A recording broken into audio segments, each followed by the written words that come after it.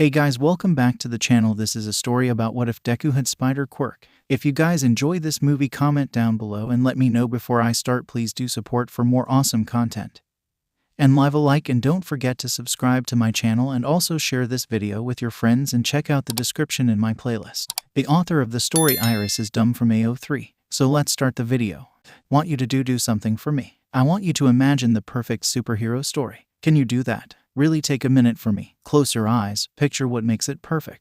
Is it the powers? Is it the morals or methods of the hero? Is it the tragedy? No good superhero starts without a tragedy. Maybe it's how many people they save, or how many they kill. There are a few people you probably thought about. Clark Kent, Bruce Wayne, Peter Parker, anyone from the golden age of comic books. All great choices. My story starts out a little different. Stop me if you've heard it before. A spunky kid with no superpowers grows up in a world where everyone has powers, only here they're called quirks. He's not exactly well-liked, but he gets by. One day in middle school, he meets this amazing hero, and his whole life changes. By a stroke of luck, he gets offered the chance to be a torchbearer to the greatest superpower the world has ever seen, one for all. Through a hell of a lot of hard work and sheer determination, he gets a chance to attend UA High School. And 3 years later, he emerges to become the new #1 hero and saves the world from countless threats along the way. That's right, my name is Yagi Toshinori, and I'm Japan's one and only All Might. For the past 18 years I've done it all. I saved the country. Went to America, saved the country again, made friends, saved the country a few dozen more times, made some unfortunate brand deals, and I may have gotten hurt and quit for a little while, but at the end of it all, I stayed on top. I've got a bunch of friends, a badass car, a cereal, a Christmas album, hundreds of action figures, an amazing burger joint, and a so-so popsicle. All in all, it's great to be me. After all, there's only one symbol of peace, and you're looking at him. The life of 16-year-old Izuku Midoriya was kind of boring, to be honest. Ever since he'd started high school, his life had calmed down a hell of a lot. For one thing, Kaken was off at UA, doing whatever heroes do, and Izuku had gone to a private high school on scholarship. His quirkless status still didn't make him any friends, but he was smart enough to justify being there, so everyone left him alone. Loneliness was a step up from torture, at least. His new school did a lot of things differently, including homework. They reasoned that in a professional setting, you're expected to get all of your work done in the office or during work hours, so they rarely assigned anything to be done at home. Although if students didn't finish their work, they would have to put in overtime and complete it at home. Being intelligent enough to get in on a scholarship, Izuku had little trouble finishing everything on time, usually taking the first 3 days of the month to finish all of the work and read all of the material so that he was able to use the rest of it as free time. For a while, he didn't know what to do with himself. Not getting into any hero school had thrown his plan for life completely off course, and it certainly didn't motivate him to go out searching for hero fights at all hours of the day and night. Walking around the city was always a comfort, though, and the decade of doing so meant he knew every inch of the city. As such, he'd taken to exploring much farther and more dangerous places than he'd ever dared to before. One such place was the abandoned tunnels used by the Musutafu subway system before it was shut down around 50 years ago. The entrance was creepy enough, with the stairs down to the platform covered in grass and dust, and it only got worse the deeper you went. Rats or other creatures suddenly scurrying by had made Izuku nearly piss himself far more times than he'd like to admit. But for some reason, he kept coming back. He'd found the entrance last month, and it had taken him a week to even get the courage to do more than peek in. There weren't any signs that other people ever ventured down there. That meant he was probably even crazier than the junkies who hung out around here. Great. Over the past couple of weeks, he'd begun to map out as much as he could. The city had never bothered to upload a map of the tunnels to any official website that wasn't designed for computers several times older than him, so he was forced to do it by hand. He started with the tunnels connected directly to the platform, then slowly branched out over time. He'd reached several dead ends and caved-in tunnels, but there was something that piqued his interest that he intended to explore tonight: a maintenance access tunnel. It would most likely only connect 2 or more tunnels he'd already mapped out, but what good was a map if it was incomplete? The familiar glow of the flashlight illuminated the westbound J line, periodically flicking down to the map in his notebook as he approached the spot he'd marked where he'd found the gate. It was tall, stretching up probably about 3 or 4 meters, and wrought iron. Thankfully, whatever idiot designed it put horizontal bars about every meter so that he had hand and footholds. How kind of them. Izuku rolled himself over the top, not able to extend himself upwards lest he hit the ceiling, and dropped down. He landed gracefully, stumbling and toppling backwards onto the cold concrete. Good thing there's no one but the rats to see that. A small series of squeaks came from a nearby corner that sounded suspiciously like laughter. Izuku pointed his flashlight at the judgmental rat and gave it his best glare as it scampered off into the darkness. After walking down the tunnel for a minute or so, he came to a large, open chamber. The walls were decrepit, crumbling, and covered in graffiti and spider webs. A section of the far wall was entirely crumbled away, with a dirt tunnel leading off into the inky black beyond. He couldn't shine his flashlight far enough to see what was on the other end. What in the hell? He muttered to himself. As he was about to pull out his notebook and update his map before continuing on, a noise echoed from the tunnel that sounded like a faint explosion. Izuku stopped and tilted his head to listen for a moment, and then a whirring hum began to reach his ears. It grew and grew until he could swear it was shaking the chamber. Bricks rattled in their decayed mortar and a cloud of dust rained down from the ceiling. Scratch that, it was shaking the chamber. Now, there was no way he couldn't find out what was producing the hum. Screw whatever advice the cats may have about that. He trekked down the tunnel, noticing it was sloping downwards. What on earth could be inside the mysterious death hole inside a maintenance tunnel in an abandoned subway? This was definitely the start to some kind of horror movie. And Izuku was the poor idiot who accidentally discovers, unleashes the monster and dies in the very first scene, but he was fine with that. At least it'd be exciting. The hum grew and grew, and Izuku could swear it was vibrating every bone in his body. The closer he got, the more it started to hurt. Then, all of a sudden, another explosion, sounding much closer this time, echoed down the tunnel and the humming stopped. Izuku covered his ears and slammed his eyes shut, but the cave didn't collapse. Slowly, he opened one eye, then the other, and removed his hands from his ears. More faint sounds of destruction were coming from the end, which he realized that he could indeed now see. Izuku runs down the tunnel and emerges into some kind of control room. It's illuminated in some kind of pulsing and color-changing glow. And oh god, there's a body of someone in a lab coat lying on the floor. He rushes over and checks the man's pulse. It's faint, but it's there. The man moans in pain, barely audible over the crashing and shouting coming from behind the window. Izuku looks up to see two gargantuan beams of some kind of plasma colliding in the center of some kind of giant chamber. Inside the chamber, there's also some kind of guy covered in hands fighting. Holy shit, that's 𝗀𝐻. What the hell is he doing down here? Clearly he's stopping whatever evil plot is going on. But what is going on? The guy covered in hands hasn't landed a hit, but it looks like 𝗀𝐻 really doesn't want to let him. He's taking care to dodge every single attack and maintain his distance. The handy man goes for a big swipe and overextends just a bit too far. 𝗀𝐻 rears back for a punch, and he gets blown away with a loud thump. The shockwave is so strong it shatters the control room windows and sends Izuku tumbling onto his butt. The source of the attack is a man in a nice suit, with some kind of terrifying Darth Vader mask. All for one, I figured you were behind this, old friend. 𝗀𝐻 shouts at the villain from the crater he made in the side of the chamber. He gets into a crouching position and launches himself at the man in the suit, presumably all for one. And I knew you just couldn't help but to be here, 𝗀𝐻. The response is somewhat teasing, but the man's voice still sends an intense shiver down Izuku's spine. All for one simply raises his hand and releases another shockwave, stopping 𝗀𝐻 midair and sending him careening into the supports for the control room. Whoa, whoa, whoa. Izuku cries as everything begins to tip violently forward. 𝗀𝐻 had been getting up for another attack, but pauses and whips his head towards the sound of the voice. It sounded like a kid, for goodness sake. In a flash, the hero is scooping up Izuku and dashing out of the falling structure. The two land on some scaffolding and 𝗀𝐻 sets the boy down. I don't know why you're here, but this area is dangerous, young man. I suggest you leave immediately. 𝗀𝐻 crouches and takes off again before Izuku can finish shouting wait. Well, this sucks. How the hell is he supposed to get out of here? Kaboom! A massive explosion snatches his attention and he sees 𝗀𝐻 attempting to grapple with his adversary on top of the massive machine. Before he can shout a warning, the guy covered in hands dashes towards the hero and plants his hands on 𝗀𝐻's side. He cries out in pain and disengages, swatting the hand villain away. All for one takes the opportunity to hit 𝗀𝐻 with his now grotesque and oversized arm. The attack catches 𝗀𝐻's other side and sends him flying back towards Izuku. 𝗀𝐻 crashes into the bottom of the scaffolding and Izuku has to scramble not to get crushed. The hero isn't so lucky. Izuku hears horrible, wet coughing and scampers over to where 𝗀𝐻 is pinned. Gaping wounds are open on both sides of the man's abdomen, and his legs are pinned under what must be a ton of rubble. Shit, he coughs out, inspecting the wounds. He knows it's grim. There's no realistic way he makes it out of here alive. 𝗀𝐻 hears rapidly accelerating breathing coming from next to him, and he sees the green-haired child he saved. He won't make it out of here alive, but one for all just might live on.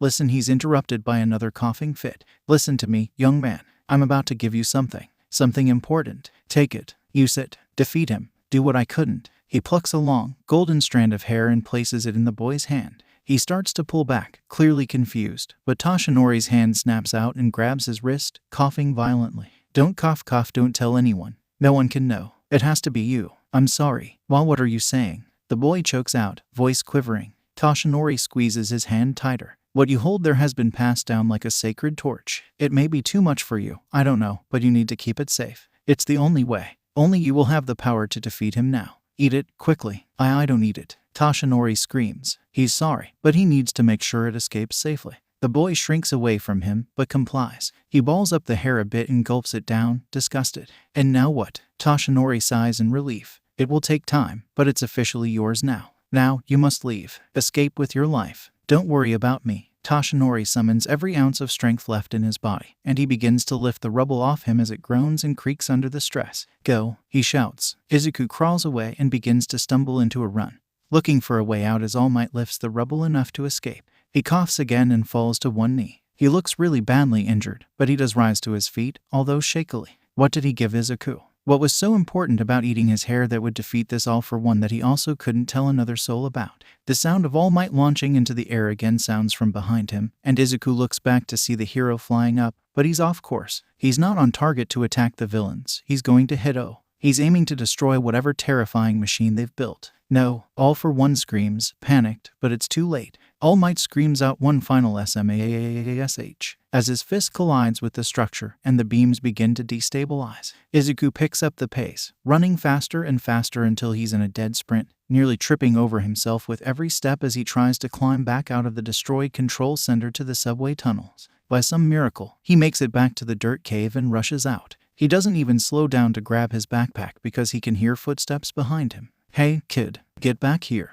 The voice is raspy, high-pitched. It's not All-for-One, must be the hand guy that was with him. He ripped open a hole in All Might's side just by touching him. Izuku does not want to find out how. Izuku clicks off his flashlight, relying on his memory of the tunnels to get him back to the surface. A few minutes later, he crashes out and up the steps, still in a dead sprint heading for downtown.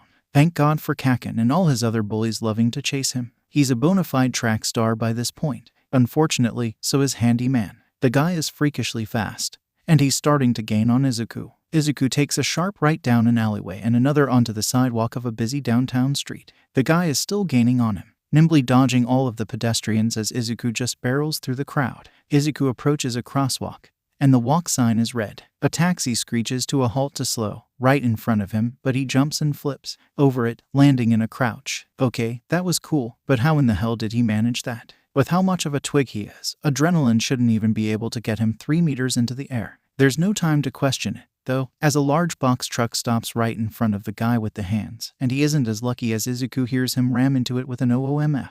Izuku takes off again and turns down several alleys and climbs up a convenient fire escape next to a dumpster. He falls to his hands and knees and tries to catch his breath, heaving out and sucking and wheezing gasps of air. What the fuck was that? He found some horror movie tunnel of doom, which actually led him to find a barely alive scientist and watching All Might fight a man in a 3-piece suit and a man covered in hands atop their giant laser beam machine of death. Then, they nearly killed All Might and All Might made him eat a piece of hair. And then he did a flip over a car. As he thinks it through, the reality hits him. They killed All Might. There was no way he got out of there, even if he beat them somehow, which the hand villain chasing him was a clear sign that he did not. There was no possible way he wouldn't have bled out long before help arrived. A mangled sob escapes Izuku's throat as he clutches at his chest and touches his head to the roof. All Might is dead. His hero is dead. And his last act was to pass on some kind of secret to useless, quirkless Izuku. Izuku woke up in his own bed. He honestly doesn't remember going home. The entirety of last night was a blur. Man, that was one hell of a dream. He'd have to write down ate my hero's hair before he died to a guy in a Darth Vader mask and figure out what the hell it was supposed to mean later. He supposes he must have dozed off and had a nightmare somewhere in the tunnels and have woken up and gone home at some point. His mom would have freaked if he was mysteriously gone in the morning. He sits up in bed, yawning and stretching. Well, that's odd. His shirt feels a lot tighter than it used to. It's not like he's wearing a kid's shirt, but it was never this snug. He looks down to see if he put on the wrong shirt or it shrunk or something. It's the one he remembers putting on before going out last night, for sure. Plain white with the word T-shirt on it in plain text. But surely it must have shrunk, because it's hugging his chest and arms. The muscles almost look like they're going to bust a seam and poke through. Wait, muscles? What the shit? Why is he ripped? Izuku surveys his arms and torso. The muscles, which he is somehow able to inspect through his shirt, are chiseled to perfection. He flexes his bicep experimentally and prods it with his finger. It feels like poking a hunk of iron. There's no way he isn't still dreaming. What the hell does a waking up ripped after dreaming about Darth Vader dream mean? Izuku, honey, come out here. Sweetie, you need to see this. His mother calls out from the living room. Izuku moves to his closet to change into a bigger shirt and rips the door off its hinges. What was that? She yells, sounding more than panicked at this point. Oh, nothing. Just fell off the bed. I'm fine. What the fuck? The Izuku quickly throws on a larger shirt and hurries to his bedroom door before pausing. He gingerly places his thumb and pointer finger on the handle and turns it as gently as he can. Gratefully, it doesn't explode. What a weird dream. He walks out into the hall and rounds the corner to see what his mother was trying to show him. Yeah, Mom, what's you know? Please, God, don't let this be real. All Might discovered dead in underground facility this morning sprawls across the bottom of the television screen. The reporter is doing her best to stay composed, but Izuku can hear her voice breaking. Around 6 a.m. today, authorities were investigating the source of the strange tremors that have plagued Musutafu for the past few weeks. When they drilled through the ground, the investigative teams found the body of All Might, heavily injured, inside a massive underground facility. The #1 hero was pronounced dead on arrival due to blood loss. It is speculated that he died putting an end to a massive machine believed to have been causing the tremors. She takes in a shaky breath to regain her composure, fighting against a sob. The entire nation, no, the entire world is in shock at this news. A service is being held in Musutafu Square this afternoon by All Might's associates.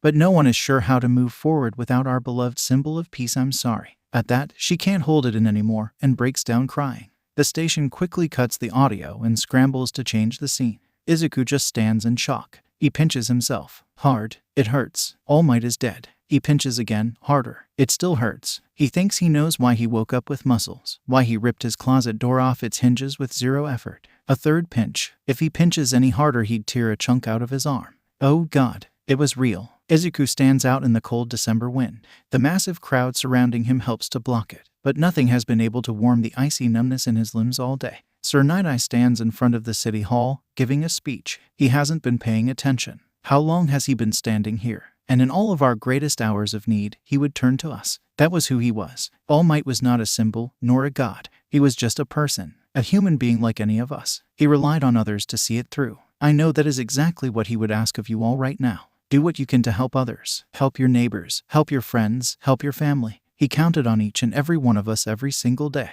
Now, we must count on each other. Now, we must count on you. Should he contact Sir 𝗏𝗏?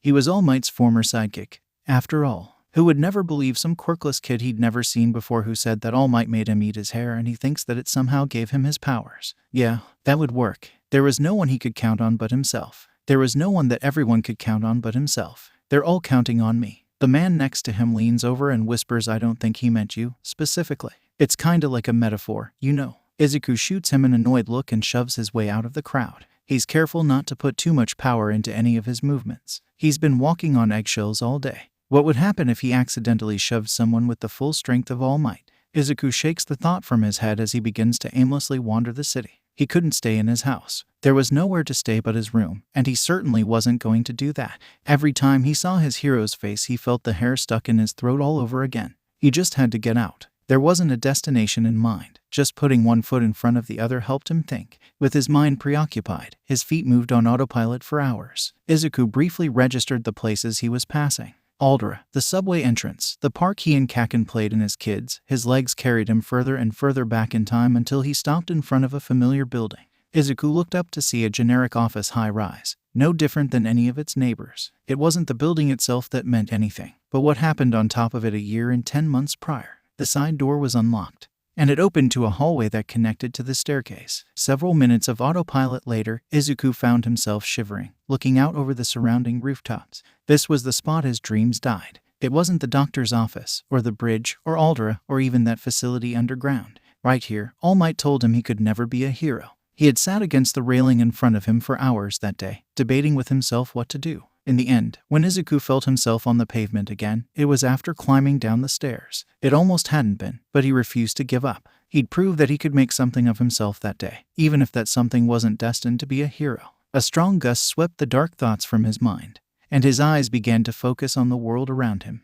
The air was frigid and the skies were gray. He'd forgotten a jacket, but even so he felt something within him trying to warm him up. It felt like there was this concentrated point somewhere in his core just begging to pour out heat. 𝐬𝐸 allowed it to, and his eyes widened at the feeling. Adrenaline shot through his system like a shock, and everything got loud. 𝐬𝐸 quickly covered his ears from the noise. It sounded like every car within 10 blocks was honking directly in his ears. He tried to focus on dimming the flow of heat and the pain subsided.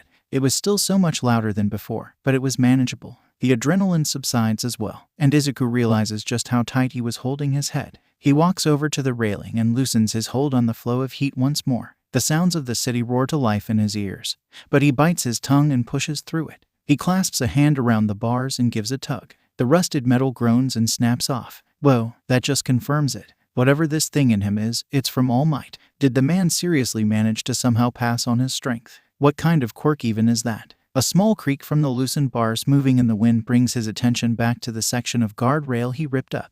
The building across the street is framed perfectly in the gap. 𝐬𝐸 takes a deep breath and hops up and down a couple times, redirecting the flow of heat into his legs. He steps up to the ledge and looks down, which is a mistake. He quickly steps back and just focuses on his target. He shakes out his arms and legs, silently begging them to stop trembling. He swears he can hear his bones rattling. It doesn't matter, though. He needs to do this. It's his first big leap. His first step towards doing what All Might chose him for. It's his first step on his journey to become a hero. 𝐬𝐸 starts running. He can feel the warmth flowing in his limbs, propelling him forward with more power than he's ever felt before. Then, pain. A feeling like a hot dagger pierces his skull and causes him to falter, as if his entire body were screaming at him, "Don't." In the next breath, 𝐬𝐸 is falling. His shoe was untied. By some miracle of luck or newfound reflexes, he manages to grab onto the ledge before he can tumble down to the concrete far below. He does nothing but hang there and breathe for what feels like a lifetime. He just almost died. What the hell is he doing? And what on earth was that feeling? It happened just before he tripped, and he hadn't consciously noticed his shoe was untied. Was it part of the power? It would certainly explain how All Might seemed to have such amazing reflexes. 𝐬𝐸 scrambles to pull himself back onto the roof and just sits down to finish hyperventilating. He's never doing that again. At least, not as his first step. Maybe his fifth. Some time later, as the sky has begun to darken, 𝐬𝐸 climbs down the stairs again and sets off, this time with somewhere to go. It's nighttime when 𝐬𝐸 comes upon the graveyard. The frosted over gate squeaks with the noise of decades of neglect. Fresh snow crunches under his shoes as he makes his way to the center of the area. Gloom hangs in the air, slowly settling over him like a layer of cold snow. What is he doing here? He feels like he's being a bother, even to the dead. All Might must be rolling in his grave watching him fumble around like this. Fuck it, as long as he's here, he might as well try to seek some answers. He carefully steps around all of the bundles of flowers and picture frames and merch to stand in front of the headstone he came here to see. It's massive and golden, perfectly fitting for the man he can never hope to live up to. 𝐬𝐸 doesn't really know where to start. What do I do? How am I supposed to do what you asked of me? I can't stop that guy. I just don't know if I'm the person you should have given it to. The corpse of his hero doesn't answer, naturally. I can't do this by myself. Hey, kid. All of a sudden, he can feel a hand reach out and touch his shoulder. Panic and power floods his body as 𝐬𝐸 whirls around and snatches the owner's wrist. Warmth floods over his body and his heartbeat pounds in his ears. Green lightning crackles in the air and his eyes glow green in fury as he lets the heat wash over him entirely for the first time. He's been so pent up all day, so much fear and anger and anxiety sealed inside, that it all comes rushing out in an instant. All of the emotions come rushing forth, and the emerald electricity concentrates into his hands and arcs out at his unfortunate target with a loud zzzzzzzzap, sending the poor guy flying backwards into the snow, clearly out cold. As he flies back, a dark tendril whips out from the man's arm and latches onto 𝐬𝐸's torso, forcing him to faceplant into the snow as well. Oh God, oh no, no, no. 𝐬𝐸 gets up and rushes forward to check for a pulse. What did I do to him? The man's quirk is still attached to him, even though he's unconscious. He feels so bad. This guy was probably just trying to check up on the weird kid in a graveyard in the middle of the night, and 𝐬𝐸 just electrocuted him. A bit of color catches his eye and 𝐬𝐸 lifts one side of the man's large, brown trench coat. The man is wearing a costume that looks suspiciously like All Might's. Is he a hero? Oh God, he just electrocuted a hero to death. Ugh, the man groans, which means he's alive, thankfully. Now, he's only assaulted a hero. The noise draws 𝐬𝐸's attention to the man's face, and his heart stops. A feeling similar to what he felt on the rooftop pierces his head again. But it feels like two dissonant pitches that swiftly harmonize with each other. Staring down at an older version of his own face, 𝐬𝐸 asks aloud, "Who are you?" Alright, people, let's do this one last time. My name is 𝐬𝐸 𝐬𝐸, and for the last 22 years, I thought I was the one and only symbol of peace. I'm pretty sure you know the rest. I saved the world, fell in love, got married, saved the world some more, maybe too much. My marriage got testy. I made some dicey money choices. Don't invest in an all-might-themed restaurant. Trust me. It was shut down for hundreds of incidents of hair getting in the food. Then, like 15 years pass. Blah, blah, blah, super boring. I broke my back. A drone flew into my face. I buried my mom, my wife and I. Split up. But I handled it like a champ. 𝐬𝐸 cries himself to sleep every night and lives in a crappy apartment. Because no matter how many times I get hit, I always get back up. And I got a lot of time to reflect and work on myself. Did you know that penguins mate for life? Can you imagine? A penguin seeing another penguin and then making it work. She wanted kids and it scared me. And I didn't take enough care of myself and I think I scared her. I'm pretty sure I broke her heart. The phone starts to ring, but 𝐬𝐸 just presses the end call button. He just can't bring himself to do it. Flash forward. I'm in my apartment doing push-ups, doing ab crunches, getting lean when this weird thing happens. I gotta say, weird things happen to me a lot, but this was really weird. 𝐬𝐸's gut sags a bit as he removes his costume and opens a pizza box. He's lying on his bed chowing down, just watching some TV, when a portal opens up on his ceiling. It starts to suck him in and he tries to use 𝐵𝑙𝑎𝑐 to anchor himself, but it just rips up the floorboards and he gets sucked through.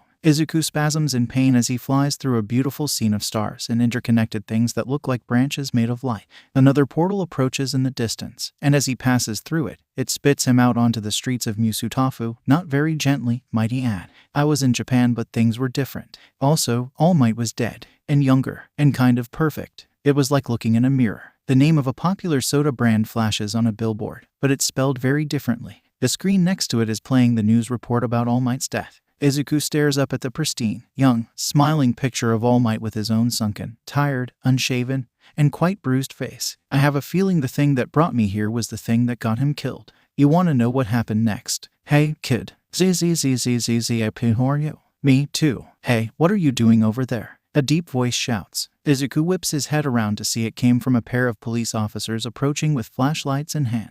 Freeze. 𝐬𝐸 PD. 𝐬𝐸 puts his hands up for a moment, then turns and tries to run. 𝗂𝐽. He gets yanked backwards as the weird energy tendril thing is still attached to his torso. Oh, you've got to be kidding me. He scrambles back and starts to drag the man who looks like him's unconscious body away. Stop. Stop. The other officer calls out. Hey, drop the body. 𝐬𝐸 floods warmth into his body once more, and the green lightning appears again. He jumps into the air with the man on his back. Haha, see ya, officers. Then, he feels another tug as the tendril gets caught on the raw iron fence and stretches before violently flinging him and the man back towards the graveyard. Oh, come on. They nearly collide with the officers and end up slamming into the wall of the church in the graveyard. The officers rush over with lights pointed at him and guns drawn. All right, kid, put him up. 𝐬𝐸 complies, and the man's other hand whips out another tendril that latches onto a passing truck. By WOAH. 𝐬𝐸 is dragged through the air behind the homeless hero as the truck speeds along, the driver having clearly not noticed. He also seems to hold no regard for the speed limit because there is no way they should be going this fast.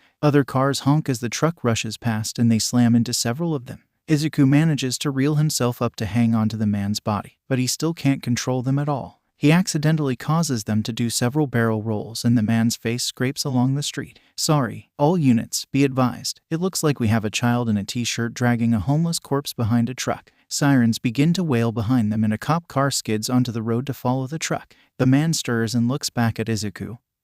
Who whoops? Yes, I didn't kill you. Who are you? The man shouts, not happy about his current situation. Who are you? 𝐬𝐸 retorts. The homeless man can get his answers when he tells 𝐬𝐸 why he has his face. Why are you trying to kill me? I'm not. I'm trying to save you. The man's head collides with a street lamp as soon as the words leave his mouth. Doing a great job of that so far, 𝐬𝐸. The pair collide with several mailboxes and the side of a bus before the truck finally stops at a red light. That makes one road law the drivers followed so far. The two tumble onto the pavement and skid, roll into the crosswalk in front of the truck, both groaning in pain. The man's consciousness now seems to fade completely, and the tendrils evaporate, leaving the two laying in a crosswalk. Everyone else simply goes around them. Thanks, 𝐬𝐸. At an abandoned gym elsewhere in the city, the homeless man stirs. He's tied to a punching bag with whatever bungee cords and rope were lying around. His eyes take a moment to focus before they settle on 𝐬𝐸, and he tilts his head and winces. Huh, you're like me. 𝐬𝐡𝐚 just stares at him, trying to seem calm and unimpressed. I have questions. The man just grunts and struggles aggressively at his bonds, shaking and spinning the punching bag. The sudden movement and primal grunts of effort cause 𝐬𝐡𝐚 to flinch and shrink away, but the man seems unable to escape. He gives up after a minute and the punching bag continues to spin around slowly. Why do you look like me? The man stretches his toes to the ground and maneuvers the bag back around so that he can face his captor. Because I am you. Well, that's just so helpful right now. Then why aren't you my age? And why is your face like that? And why is your body? 𝐬𝐡𝐚 looks at the man's gut poking through the bungee cords. A different shape. The man huffs. Pretty sure you just called me fat. No. Hey, you don't look so hot either, kid. Most superheroes don't hang out in graveyards zapping people. Are you a ghost here to show me the true meaning of Christmas? No. A robot sent here from the future to kill me? No. He sounds increasingly exasperated at each successive question. Am I a robot from the future? Now you're not even close. Are you from another dimension? Like a parallel universe where things are like this universe but different. And you're a hero in that universe and you somehow traveled to this universe but you don't know how. The man stares at him, dumbfounded. That was really just a guess. I like physics, quantum theory. Homeless 𝐬𝐡𝐚 corrects. This is amazing. You can teach me to be a hero just like All Might said I could be. This could be his chance. He could get this sad, old version of him to help him beat 𝐴ll-1 like All Might asked. Before he died. Yeah, exactly. Yeah, right. Sarcasm drips from homeless 𝐬𝐡𝐚's voice like honey. 𝐬𝐡𝐚 scowls at him. Look, I made a promise to him. Homeless 𝐬𝐡𝐚 spins around again. Alright, well here's lesson 1, kid. Don't watch the mouth. Watch the hands. From behind the punching bag, he sticks his arms out and wiggles his fingers. Then he kicks the bag into 𝐬𝐡𝐚 and starts towards the window. He opens it and crouches on the windowsill for a moment, then sighs. Trust me, kid, this'll all make you a better hero. He jumps out and whips out one of those tendrils, then cries out in pain. All around him, the air seems to glitch and fill with dark green lightning, kind of like what 𝐬𝐡𝐚 produced earlier, except this somehow seems more wild and panicked. 𝐬𝐡𝐚 rushes to the window to see homeless 𝐬𝐡𝐚 catch himself on the fire escape and swinging himself onto a lower story. He tries to catch his breath but then starts spasming again. Hey GH, are you okay? No, I'm not. I don't think my body is very happy about being in the wrong dimension. GGGHH. He stands up and takes a deep breath. Look, I'm not looking for a side gig as a hero coach. I got a lot going on in my dimension, like a lot. He waves his hand dismissively up at 𝐬𝐡𝐚. 𝐬𝐡𝐚 decides that if this is a version of him, he can appeal to him. He pulls out one of his favorite quotes from All Might growing up. It's sure to win himself over. With great power comes great. Don't you dare finish that sentence. Don't do it. I'm sick of it. Homeless 𝐬𝐡𝐚 points and glares at 𝐬𝐡𝐚 to interrupt him, then tries to jump into the air again and has another spasm, falling further down the fire escape. Want my advice? Go back to being a regular kid. I don't have a choice. 𝗷-1's got a super collider. He's trying to kill me. Homeless 𝐬𝐡𝐚 seems completely uninterested, but then he looks up with wide eyes. Wait a second, what did you just say? 𝗷-1 wants me dead. Who cares about that? Where's the collider? Outskirts of town, under the old subway tunnels. Homeless 𝐬𝐡𝐚 drops down into the alley and starts walking away. Hey, where are you going? When it runs again, I'll just jump in and get back to my life. Wait, you can't let them run it again. I'm supposed to destroy it so it never runs again. Or everyone's gonna die. Or everyone's gonna die. That's what they always say. But there's always a little bit of time before everybody dies. And that's when I do my best work. So gimme whatever thingamabob you've got so I can go home. Ooh, what? Your goober or whatever. There's always some kind of override key or access key or terminal key to these big dumb machines. I always mix them up, so I just call it a goober or a gizmo or what have you. I never got one. All Might didn't give it to me. Oh, god damn it. Now I have to steal it from 𝗷-1. He starts walking away again, swearing under his breath about having to break into somewhere. 𝐬𝐡𝐚 starts following him out of the alley. If I don't turn that collider off after you leave, then millions of people in this city are gonna die. And you're just leaving me here to figure this out on my own. You good with that? Yeah. He turns the corner. 𝐬𝐡𝐚 sits down in the alley, head in his knees. What are you doing? Making you feel guilty. Is it working? Oh ho ho. You little don't even GAHHH. He starts muffling his yelling into his coat. No. Do not let him win. He turns back around. Alright kid, you win. Now come on, we've got no time to lose. 𝐬𝐡𝐚 happily gets up and runs after him. Oh yeah, so good. Homeless 𝐬𝐡𝐚's voice is muffled by the catsuit he's currently shoving into his mouth at a rate which can't be human. It's honestly impressive. 𝐬𝐡𝐚 sits and waits politely for him to finish. He doesn't want to assume anything, because he knows what it's like to have not eaten for days. And there's no telling how much accidental multiverse travel takes out of a person. Maybe people eat more in his universe. That's the only feasible explanation for where all of this pork is going. These guys, best in the city, I swear. They shut down a few years ago in my universe. Gulp never knew why. A suspiciously large spider scurries across the table and hides behind the salt shaker. Sue, about showing me the ropes. Izuku prods. Oh yeah. Okay, so first things first, you're gonna want to use baby powder in the costume, heavy on the joints. Don't do brand deals though. Try not to break your limbs. Don't go over the limit of what you can handle unless you really need to.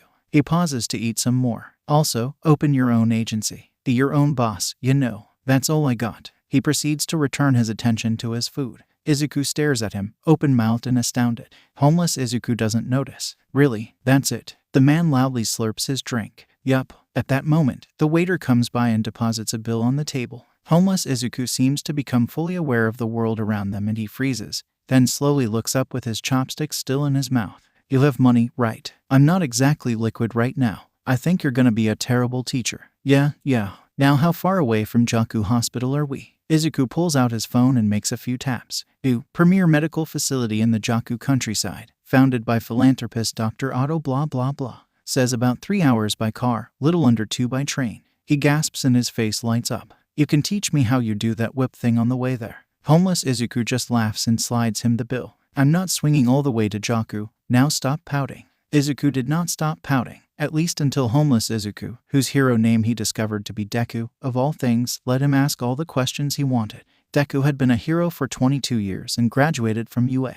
The quirk they both shared was called One for All, and it was passed down from generation to generation, destined to put a stop to All for One. In his universe, All Might wasn't dead, just very old. Deku had met All Might after being attacked by a villain made of sludge. He grabbed onto his hero's pant leg when he jumped to ask if he could be a hero, accidentally setting the sludge free in the process. All Might showed him an injury he'd gotten from All for One and told him that it was too dangerous to become a hero without a quirk. Wait, you were quirkless too. Keep your voice down. Deku whispered. And yes, I was. So was my All Might before he got One for All. Not sure about yours. That was certainly something to ponder. Izuku had been attacked and grabbed onto All Might, but he didn't accidentally release the villain. If he had, would his life have turned out like Deku's? Would he have gone to UA, too? He let Deku continue his story. The sludge attacked his 𝐾𝐭, and he'd rushed out past some heroes that were too afraid to act to save him. All Might had been watching in the crowd, having gone past his time limit, and was inspired by Deku to act. All Might then found him on his way home and offered him One for All. After that, he trained for 10 months and made it in, getting attacked by villains a few times throughout his 3 years that were connected to All for One. After graduating, a big war kicked off between the heroes and an army led by the League of Villains. Original name, I know. The war decimated the country, but Deku and the heroes were victorious in the end and everything was rebuilt. He got married to one of his classmates, but his habits from the war never really left him, and he wasn't a very good husband. He had a tendency not to take care of himself, and eventually it drove her away. The breaking point had been after Deku's mom had died. Izuku suddenly interrupted him with a hug, and Deku did his best not to cry. Learning about Deku's world and getting a few basic tips on using One for All made the train ride fly by. And before he knew it, he was following Deku to a ridge overlooking the hospital. The two began to suit up, Deku into his hero costume that was a clear homage to All Might's Silver Age costume, and Izuku into a cheap party store version of the same costume, complete with a mask with floppy bunny ears that were probably supposed to be All Might's iconic hair. Deku had made them stop to get something to conceal Izuku's identity, since he would have to deal with the long-term consequences if anyone recognized him, and Izuku had insisted on this. He felt a bit stupid now, though. The costume was somehow too loose and too tight at the same time. It bunched awkwardly at the joints, but all of the limbs were far too short, leaving the skin of his forearms and shins exposed to the frigid air. A small blue cape flapped behind him for a moment, but Deku ripped it off unceremoniously. Hey, it's a no on the cape. I think it's cool. It's disrespectful. All Might doesn't wear a cape. Izuku just rubs his neck and grumbles. It wasn't really something to argue over, though, and it only came down to his waist anyways. It would have looked dumb. Deku found a good vantage point behind a rock to look over the hospital. It looked more like a laboratory or an office building than your typical hospital. So, how do we retrace All Might's steps? Deku crouches down and puts his hand to his chin. That's a good question. Now, what would I do if I were me? He stays silent for a moment, and Izuku quietly copies his thinking pose. Got it. Step 1, I infiltrate the lab. 2, find the secret underground lab. How do you know there's a secret underground lab? In my universe, the owner of the hospital works for All for One. Plus, there's always a secret underground lab. Step 3, I find the password and hack the computer. It's not technically hacking if you have the password. Not now, I just lost my train of thought. Step 4. Download the important stuff. I'll know it when I see it. Step 5. I grab a bagel from the cafeteria and run. Deku had drawn out a crude version of his plan in the snow. A couple of lopsided boxes were the only diagram he made for the entrance to the supposed underground lab. There were a couple of stick figures representing himself and 𝗷𝐸 scientist. But the only other thing he'd drawn was a bagel. So what am I doing?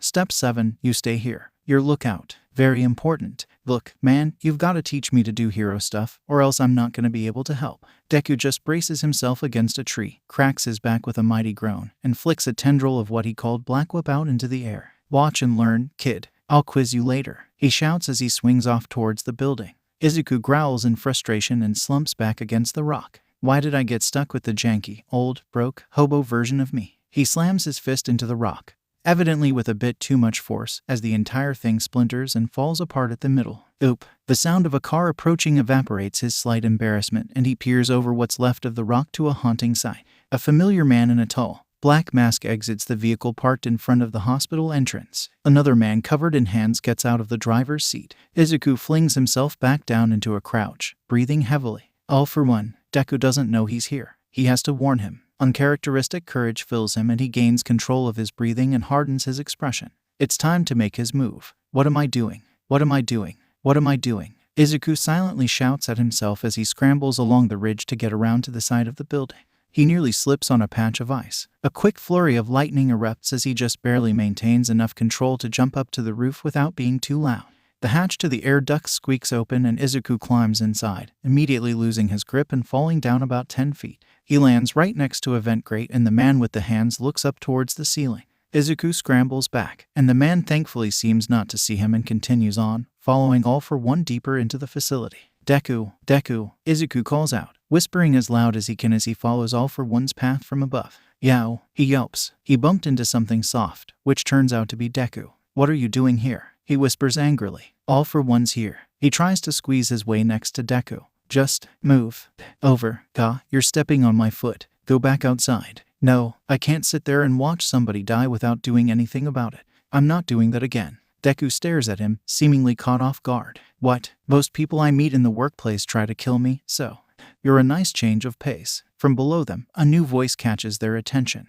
Master, look at this data. I know you can't really understand it, but these are really good numbers. A short, bald old man with a big, bushy mustache is addressing 𝗷𝐸. The man sits down at a keyboard and logs in. And, got the password. Deku whispers triumphantly. Master, if we fire again this week, there could be a black hole underneath the city. He flips the monitor around to show images of street lamps and buildings that are incredibly distorted, like looking at them through a kaleidoscope. One stoplight is jumbled up, with what looks like several different versions of the same object trying to shove each other out of the same spot. You see this, and this. This is multiple dimensions crashing into each other. Deku looks unimpressed, and is mocking the man as he speaks by making a mouth with his hand. This is pretty standard superhero stakes. You get used to it. Watch this. Next he's gonna say you've got 24 hours. He deepens his voice to mimic 𝗷𝐸. You've got 24 hours, 𝗷𝐸 tells the man. Deku winks. 𝗷𝐸 turns to leave, but the man gets up and follows him out the door, still trying to plead with him. What this means is, there could be a rupture in the space-time continuum. Deku winces. That's bad. Actually, everything he said was bad. I was lying before. With that, he opens the vent into the room and with a quick peek, confirms that no one else is there and nimbly hops down, starting to log into the computer. Izuku tries to climb out as well, but as he grips the edge of the grate, he uses too much force again and the metal creaks and groans, morphing to the shape of his hand and locking his fingers in. What are you doing, bud? I can't move. Izuku shouts. Okay, relax your fingers. We don't have time. Just let go. Be in the moment. I am in the moment. It's a terrible moment. Izuku jerks around, causing the hanging lights under him to swing back and forth as he tries to wrench his hand free. They're right there. They're going to hear you. Kid, you gotta let go. What do you do to relax? Izuku goes still and takes in a deep breath, closing his eyes. He thinks about what makes him the most calm. He starts muttering about All Might, fact odds, statistics, recounts of rescues, whatever he can think of. Oh, for crying out loud. Izuku's hand releases its death grip on the vent and he falls to the floor with a loud crash, knocking over a table full of tools in the process. Teenagers, just the worst. Deku looks over the desk for Izuku, but he's nowhere to be found. He hops over and spins around, eyes narrowed. Izuku, where did you go? I'm right here, he whispers back, confused. Where? I can't see you. I'm right in front of you. Deku's eyes widen and Izuku looks down at himself, noticing that he is unable to. One for all lets me turn invisible? Not in my universe. Deku tries to find the kid, and he jabs his finger into the air in front of him. You just poked me in my eye. Deku ignores him, waving his hand as the effect dissipates. Izuku's body returns to its original opacity. This is incredible. Some kind of fight or flight thing. What's that? All of a sudden, the footsteps of the man from before approach. Izuku disappears again with a slight pop. Deku turns to Izuku. Remember this password. Capital DGFAMPESAND. Slow down. 4-3$5876534545535 and download the schematic. Write it down. How do I do that? While I turn on the charm. He brushes a strand of hair behind his ear. The door slides open, and the man looks at Deku in surprise. Oh might. Oh, hey, didn't see you there. Wow. The doctor chuckles in disbelief. Okay, I'm kind of freaking out right now. I mean, you're supposed to be dead. Surprise. Izuku stands at the computer, typing in the password. The man moves forward and begins to inspect Deku. This is fascinating. An entirely different All Might. He grabs Deku's face and turns his head. Hey, that's my face. Little bit of a gut, perhaps from dimensional warping. Deku looks thoroughly insulted. Oh yeah, I was way flatter before I warped. Izuku gets most of the password in, but can't remember the last two numbers. He picks up the monitor and turns it around, wiggling it to catch Deku's attention. Deku tries to use his fingers, but the doctor is persistent, so he tries to turn the man so that he can't see his computer monitor inexplicably floating with his password mostly typed in. Hey, how old are you? Because you don't look a day over 35. He emphasizes the last bit, and Izuku types in 3 minutes 5 and he's in. Only to be greeted by an absolute mess. Files are strewn all across the desktop, most not labeled in any kind of coherent or useful manner. Organize your desktop, dude, he whispers to himself. Back with Deku, the doctor pushes him backwards into a chair that instantly snaps restraints closed around his wrists and ankles. Sorry, this might pinch. The man rummages through a drawer and comes back with a Q-tip that gets shoved into Deku's mouth. Sorry, I just really need to get these samples. Deku flashes a look at Izuku to hurry up as the man turns on a microscope. Wow, just complete cellular decay. As Deku looks over again, he sees Izuku carrying the entire computer setup towards the door. What are you doing? He whispers. I'm just taking the whole thing. The doctor turns back to Deku. And obviously you've been glitching. Glitching? No. As he says that, he's overcome with a minor spasm and lightning flashes in the air again. Why would you even say that? If you stay in this dimension too long, your body is going to disintegrate. Do you know how painful that will be? All Might. Deku shakes his head. No, I don't know. The doctor leans forward. You can't imagine. And I, for one, can't wait to watch. At that, Izuku freezes in the doorway and slowly turns to stare at the man in horror. What did you say your name was, again? The man stands up and removes his lab coat, revealing 4 black, fleshy arms coming out of his spine. Dr. Otto Octavius. Deku now realizes just how bad this is. All for One's chief scientist in his dimension is a woman who resembles the old man in no way, but the name confirms who he is. One of the arms extends and grabs Deku by the throat, tipping the chair over and slamming his back into the floor. Can I assume that your friends call you Doc Ock? He chokes out. My friends actually call me Otto. My enemies call me Doc Ock. I got this. Run. Deku grunts as he snaps the restraints. Izuku runs out of the room. He can hear the doctor asking who he's talking to and taunting him as Deku is thrown around the room and repeatedly slammed into the wall. Deku does his best to reassure him, but being flung from room to room as he crashes through windows and walls isn't exactly reassuring. Okay, maybe it's a little bit bad, he hears Deku say as he's thrown through a hallway behind him. As he looks, he crashes into a blonde man in glasses and a lab coat. He momentarily loses control of his invisibility and makes eye contact with the guy. He has spiky blonde hair that is very familiar, but it doesn't really process as Izuku just picks up the computer and starts running again. As he dashes off, the blonde glares at him from behind with crimson eyes and takes off in a different direction. Deku comes crashing through another wall and stumbles before falling into stride next to him. Alright, let me tell you the good news. We don't need the monitor. He takes it from Izuku's hands and tosses it behind them, lightening the load slightly. Not a second later, a dark arm snatches him by the throat and tosses him down the hallway once more. All Might, you didn't tell me you had an invisible friend.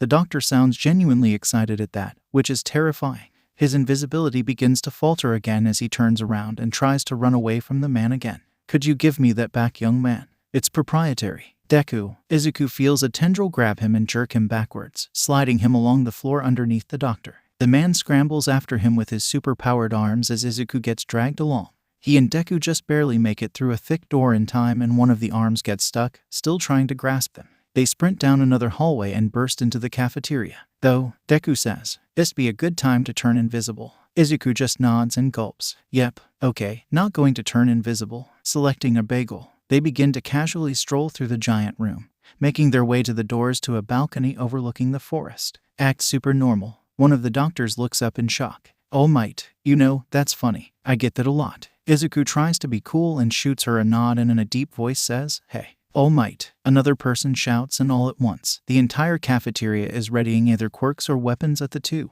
"Hey, hands up." Deku takes the computer and presses the bagel into Izuku's chest. "Now we do a _switchy. Hey, get back here. Stop them. He took a bagel." Deku and Izuku burst through the doors and Izuku throws the bagel behind him, beaming a poor doctor in the head. "All right, time to swing just like I taught you." "When did you teach me that?" "I didn't." It's a little joke for team building. They come up to the railing and Deku readies himself to leap off. Black Whip is all about controlling your emotions. Look where you want it to hit and envision reaching out. Imagine it as an extension of your own body. "You ready?" Izuku panics. "Of course I'm not ready." He does what he's told though, and as they jump, he does manage to produce a tendril. It's long and flimsy, but it sticks to a tree and he goes swinging through the air. Unfortunately, he has no idea how to control himself and promptly slams into a tree trunk, falling down into the snow below.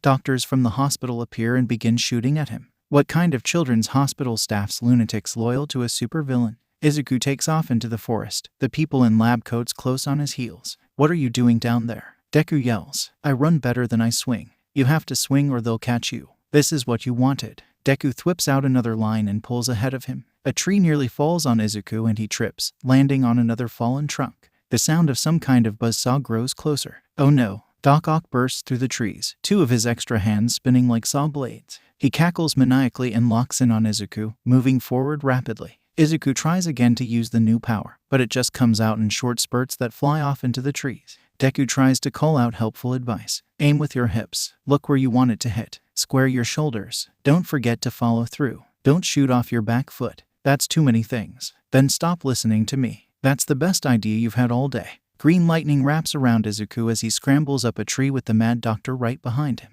He reaches the top of the tree and leaps off, barely avoiding the spinning limbs. All right, he can do this. Izuku focuses, pushing all of his emotions into his hands, and he reaches out. A long, slender tendril snags onto a trunk in front of him and he lets out a breath he didn't realize he'd been holding. "Nice, kid." He's still a bit wobbly in the air, but Deku swings up next to him and holds out the computer so that Izuku can hold onto it with him to steady himself. "Release a bit after you start going up again and release." He times it with Izuku. Thwip, and release. Thwip, release. "You're a natural. Woohoo." Izuku cheers. It feels so good to fly through the air like this. Is this what Deku gets to feel like every single day? "I gotta say, you're amazing, man." He flashes a golden smile at his new mentor underneath his mask. "We're a little team. Me as the teacher who can still do it. You as the student who can do it just not as good.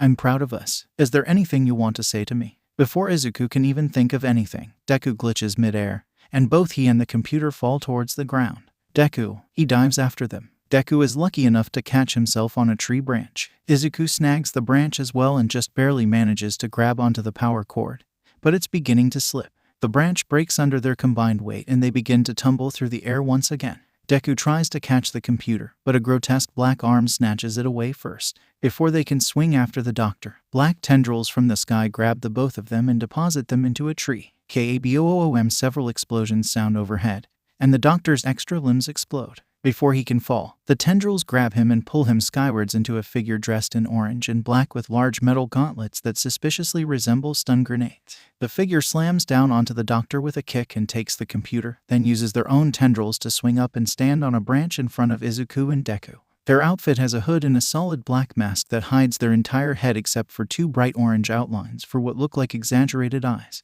The figure pulls off both hood and mask in one move and scowls at them. Familiar spiky blonde hair and crimson eyes are accompanied by a voice that can't possibly belong to this person. There's no way he'd be all the way out here. Katsuki Bakugo groans. Of course there's two of you stupid nerds. Listen up, extras, because I'm only doing this one last time. My name is Katsuki Bakugo and I'm the 10th holder of One for All. For the last 2 years, I've been the one and only Dynamite. You guys know the rest. I joined a band. Memories of the school festival flash by. Most of the band stayed together and practiced every once in a while after that, for a little while at least. Save my teacher. Katsuki kicks Aizawa out of the way of Shigaraki approaching from behind.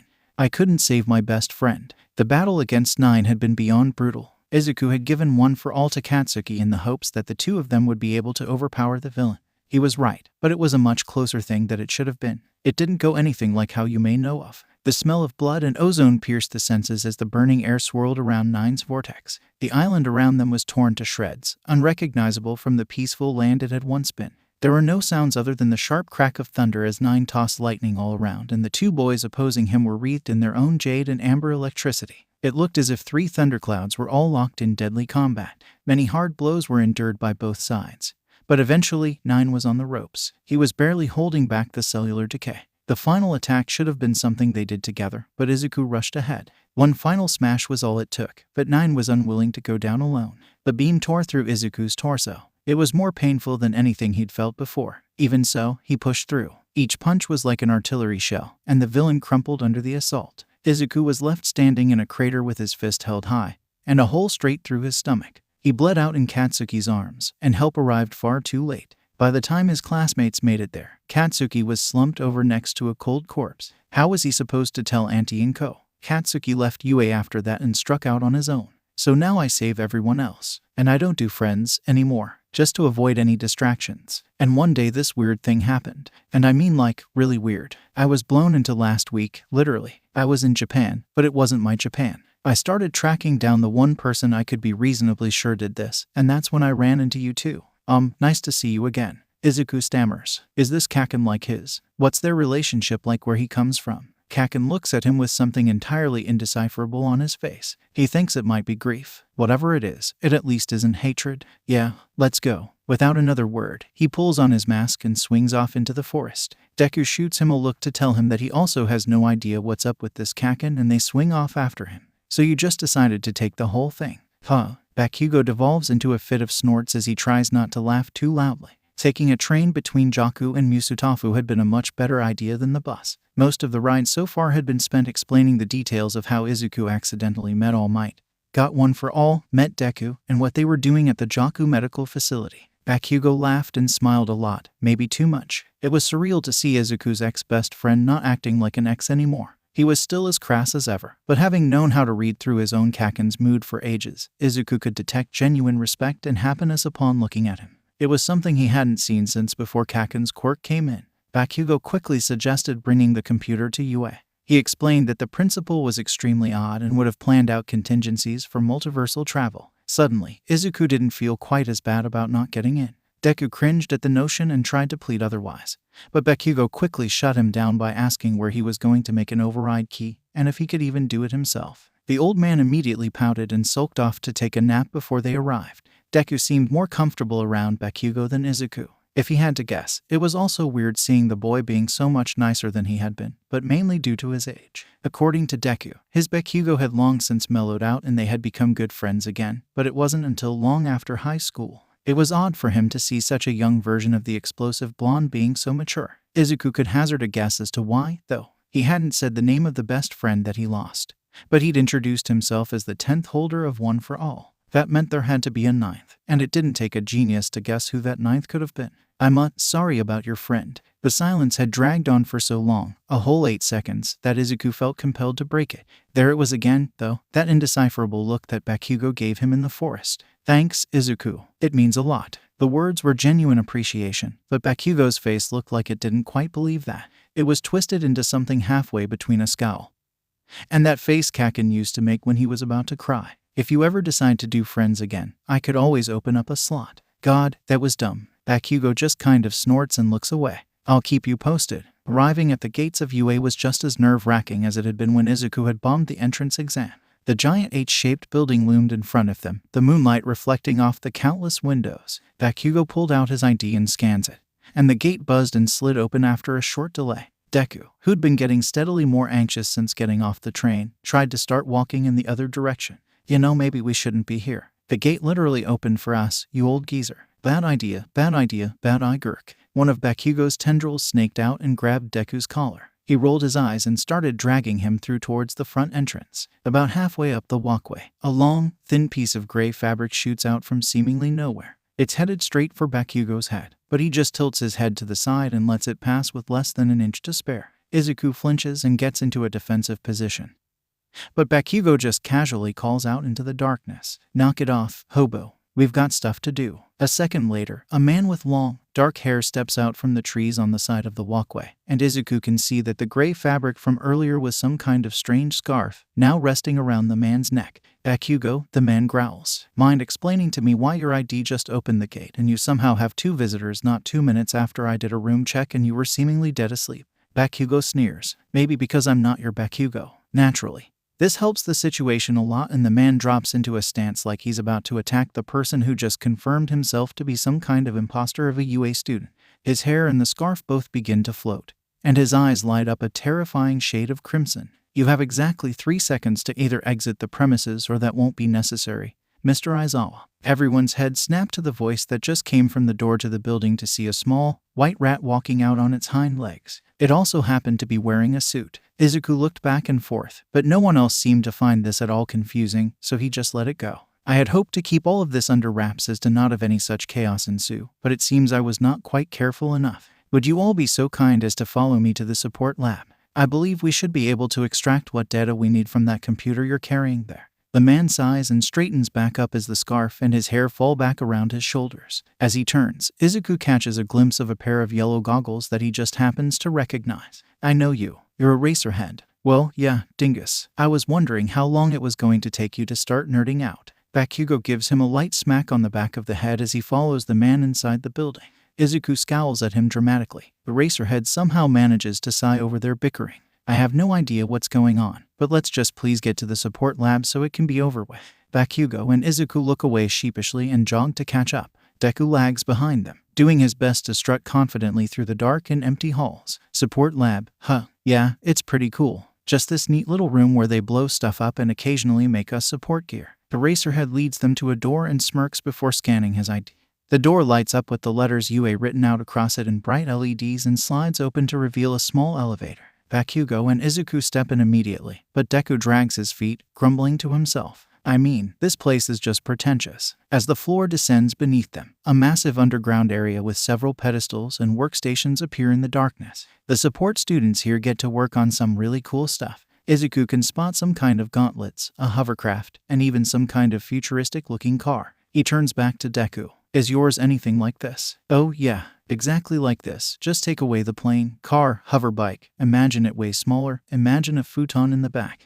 He trails off and scoffs. "I feel bad for these guys." Izuku can hear the jealousy in his voice, though. However, he's quickly distracted by several display cases filled with costumes for different students of the heroics department. He stops in front of one with a golden 1 million inscribed on the chest and notices a particular detail about it. "Hey, Deku." The older hero turns around to see the large, red piece of fabric in his hands. "I think this is a cape." Deku just laughs. The rat man thing had been already down there waiting for them, sipping tea from a very nice-looking cup at the desk to a giant computer. Bakugo approaches him and sets the stolen desktop on the desk. "All for one knows we're coming. We'll be outnumbered." It just looks up at him and grins the best a rat can grin. "Oh, I wouldn't be so sure of that, young Bakugo. You might need these." He holds out 3 name tag stickers. "I hope you didn't think you 3 would be smart enough to have come here first." All 3 of them look confused for a moment, but they each begin to feel that harmonic sensation from Danger Sense. Looking up towards the ceiling, 3 new sets of eyes pop out of the darkness, 1 green, 1 white, and 1 red. Standing on one of the non-illuminated workstations are 3 figures. The first is dressed in what looks like tactical ninja garb. He has pouches all over his pants and a bandolier running from his right shoulder to his waist. He also has a ninja-esque headwrap, complete with white, raindrop-shaped eyes similar to those on Bakugo's mask.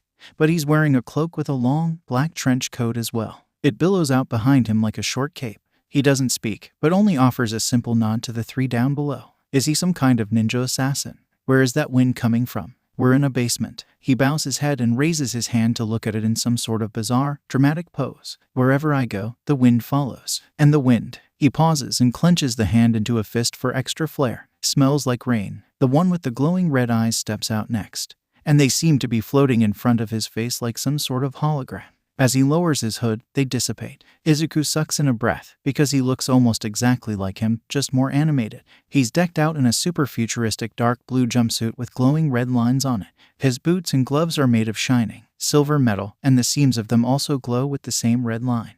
He cracks a huge grin and rips off the mask of the ninja, causing him to stumble. The ninja, thankfully, doesn't look exactly like 𝐬𝐻𝐸, but it's close. His hair is longer and completely black, and he glares at future him with vermilion eyes. Don't mind the emo one. He's all bark. Buys his mom flowers every day. Ha! Some of us don't get the luxury of acting foolish, a new voice says. New is a relative term, because it still sounds just like 𝐬𝐻𝐸, but they all talk differently. Deku obviously sounds older, and 𝗵𝘃𝗀 sounds like 𝗵𝘃𝗀. The two that have already introduced themselves start bickering. Future 𝐬𝐻𝐸 sounds snappy and jovial. He starts trying to goad the emo 𝐬𝐻𝐸 into a fight by taunting him. Speaking of the emo 𝐬𝐻𝐸, he puts some effort into sounding more gruff and bitter than he probably is. The one who just interrupted, however, sounds flat out tired. His intonation was flat and his tone was dry. Clearly, this new 𝐬𝐻𝐸 was worthy of being as bitter as he sounded. As he steps into the light, 𝐬𝐻𝐸 can see why. His dark green costume is dirty and tattered. The mouth guard around his neck is dented and scratched, and what look like two bunny ears coming out from the top of his mask are incredibly frayed and torn. His jumpsuit is missing most of its sleeves, replaced by thick, tight red bracers running all the way up his arms. The other end disappears into gloves that were probably once upon a time white, but had since become something much closer to brown. Knee-high black boots covered his legs, and the metal shoes at the end were so worn and dented that they almost looked like grotesque metal toes. He honestly looked pretty creepy. He doesn't remove his mask, but he probably doesn't need to. 𝐬𝐻𝐸 can barely hear Deku gasp this time, but he doesn't really process it. His mind is reeling at there being more versions of him. Were there really that many timelines where he was chosen by All Might to receive one for all? It was honestly staggering to try to wrap his head around, so he just compartmentalized it to unpack later. All three of them hop down to the lowest level, and all of them get that familiar ringing sensation, confirming that they all are what they say. Forgetting their previous bickering, the future and emo 𝐬𝐻𝐸 immediately start asking questions, mainly to Deku. 𝗵𝘃𝐸 hangs back, having been prepared for it to start and not wanting to get flooded with questions about every facet of his life. The boy in green hardly even blinks, and just strides towards Eraserhead and the rat thing. Nezu, so that was its name, then. It was familiar, but 𝐬𝐻𝐸 had actively ignored anything to do with UA after that day on the roof. How close are we to tracking down All for One? The barest hint of anger came into his voice as he said the villain's name. It was the first hint of any emotion he'd showed thus far. What had happened to him that he was so focused on nothing but the mission at hand? Not as close as you'd like, Eraserhead answered. The files have all been encrypted and it will take a couple of days at best to decrypt what we need to both find the location of the collider and enough schematics to develop an override. We'll set you up in private dorms far from any activity on campus so that no chaos breaks out. God knows what would happen if any of the students saw you six. The boy in green let out a disappointed huff, but did not turn his eyes away from the monitor Nezu was working. From his limited knowledge, 𝐬𝐻𝐸 could see that they were copying over any unencrypted files and beginning to work on skimming the saved data for any passwords. Hacking like this was an incredibly slow process, but he was somewhat grateful for it.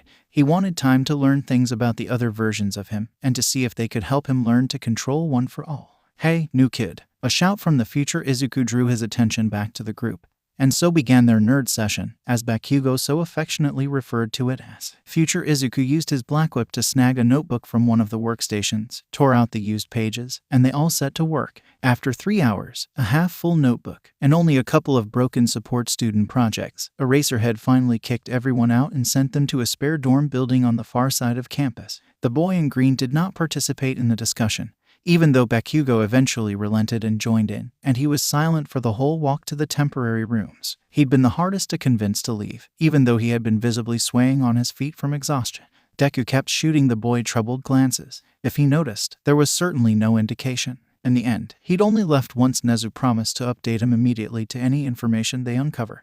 𝐬𝐻𝐸 was far too excited to sleep, because the other hymns had promised to start training him in the morning. He decided to flip back through the notebook entries detailing his alternates quirks and what little they were able to glean about his own while in the support lab. One for all quirk notes all users seem to possess somewhere close to the same top strength, though each is physically capable of using higher or lower amounts currently. Quirks from the previous users seem to have more variants, though they each seem to fit a certain archetype. Differences also extend to which user had which quirk, i.e. danger sense may have come from any number user. They do not seem to be bound to a particular order. One common thread is that all users present have unlocked their own forms of danger sense and black whip. Perhaps universal that these two are manifested first or could just be common between dimensions. Too small of a data sample to rule out coincidence. Each user that is named 𝐬𝐻𝐸 Midoriya has been assigned a nickname for an easier time communicating.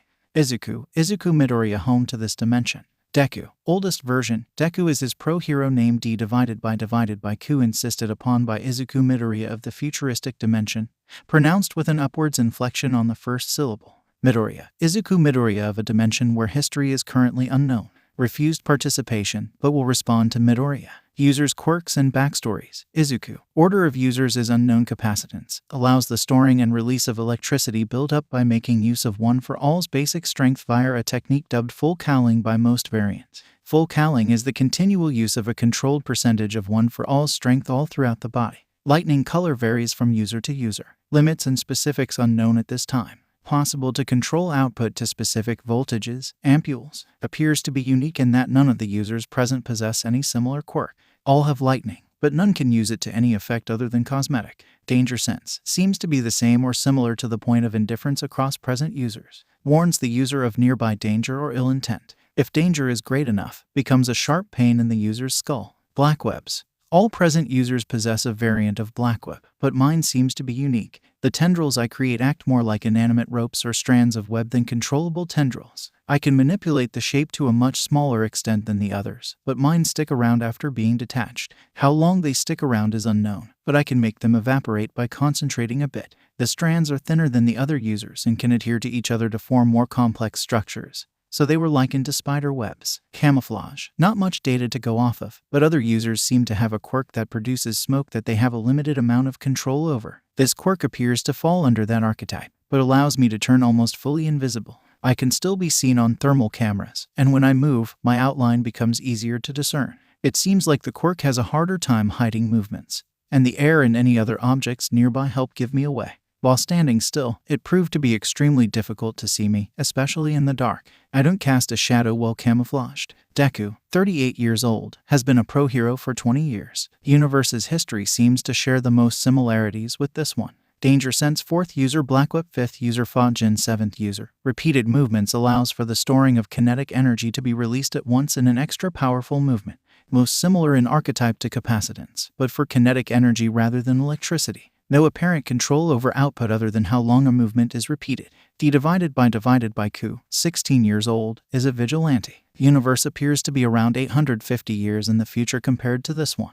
Not much is known about history relevant to this time period, though events could be somewhat repeating themselves as his time is dealing with very similar issues and villains to this universe. Was actually born with a weak quirk rather than being quirkless. Because of how far in the future it is, no one is born quirkless anymore. Birth quirk acts like a reverse version of 𝐴𝐻 Midoriya's, where the user can telekinetically pull themselves towards objects or surfaces. The effect is nearly identical to a self-gravitation quirk. Darkweb 4th user insisted upon calling it Darkweb because it sounded cooler. Danger sense 6th user. Blur 7th user allows user to change the speed of objects in motion or themselves. Creates a red glowing, blurring visual effect due to the speed, hence the name. Akatani Makumo, 17 years old, UA student. History of his universe seems mostly consistent with that of this one, but personal history deviates largely. Has not elaborated on those differences thus far. Smokescreen 4th user allows user to excrete any amount of dark gray smoke they desire, up to a certain point. Very limited control at higher volumes, but can be mostly kept in an area around the user at low volumes. Subconscious telekinetic control.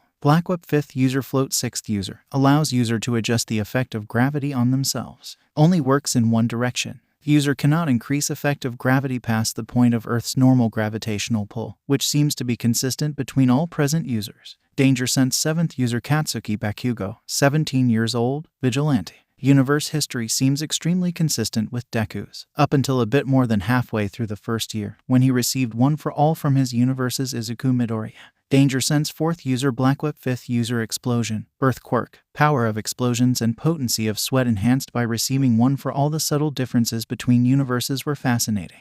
If he had the time, he'd try to explore why there were so many common traits of the users pulled to his dimension. Namely why 4 of the 5 of them were alternate versions of himself. Why did some details like which user held which quirk not have an effect on what order they were unlocked in for Blackweb and Danger sense, but the others seemed to unlock themselves at random? There were so many interesting questions to ponder, but after his 5th time going over what he'd written down, Izuku was fast asleep. Izuku awoke early the next morning, having been too excited to sleep very much. Deku chastised him for it when he confessed to just how little sleep he'd gotten. It would be harder to get the hang of one for all if he was exhausted. But Izuku waved him off. As the other users woke up one by one, Izuku found himself getting more and more anxious that he was practically shaking.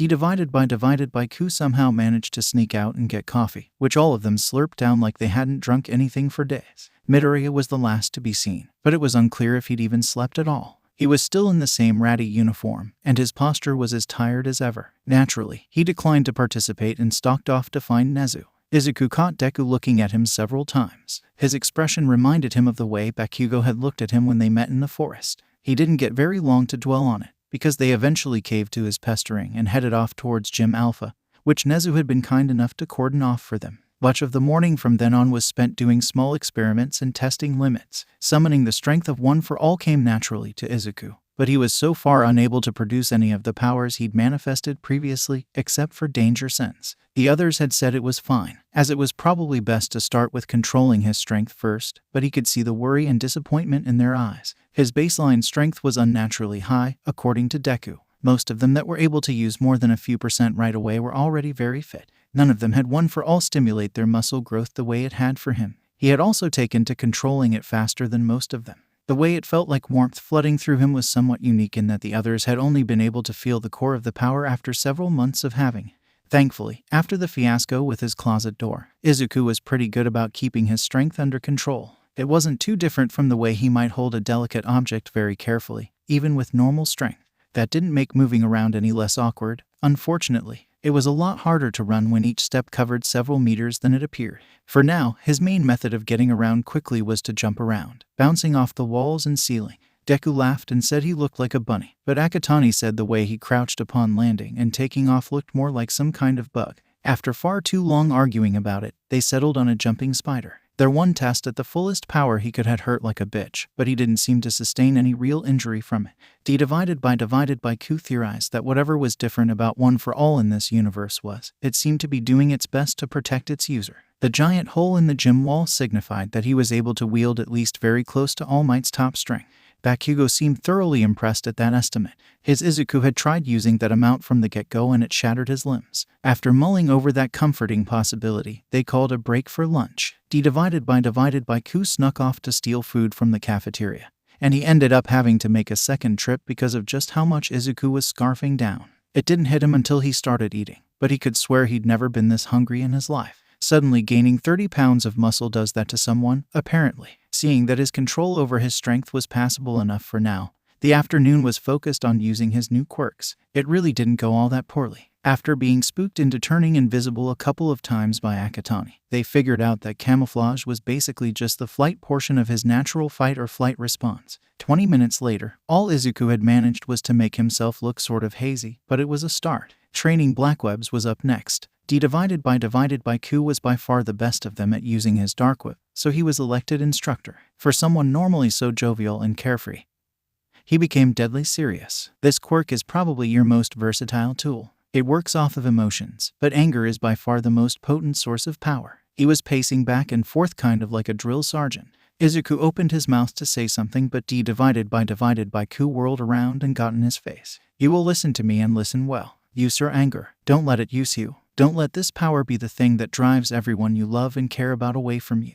Mount like I did. For the first time, genuine darkness overtook his tone. All Izuku could do was nod slowly. Seeing that he was sufficiently frightened, 𝗍's trademark grin returned and he stepped back. Great. Now imagine yourself reaching out towards that wall over there. Whether it was 𝗍's surprisingly effective tutelage or simply the buildup of excess stress and emotions from the past 24 hours, Izuku made considerable progress with his webs. Producing more than one strand from each arm at a time was hard, but the way they naturally stuck around after being detached from his body was extremely helpful. It did come at the cost of the way the rest of them were able to manipulate the shape of their whips, but creating complex structures to catch falling debris or restraining villains without having to keep focus directly on them were only scratching the surface of what he was capable of.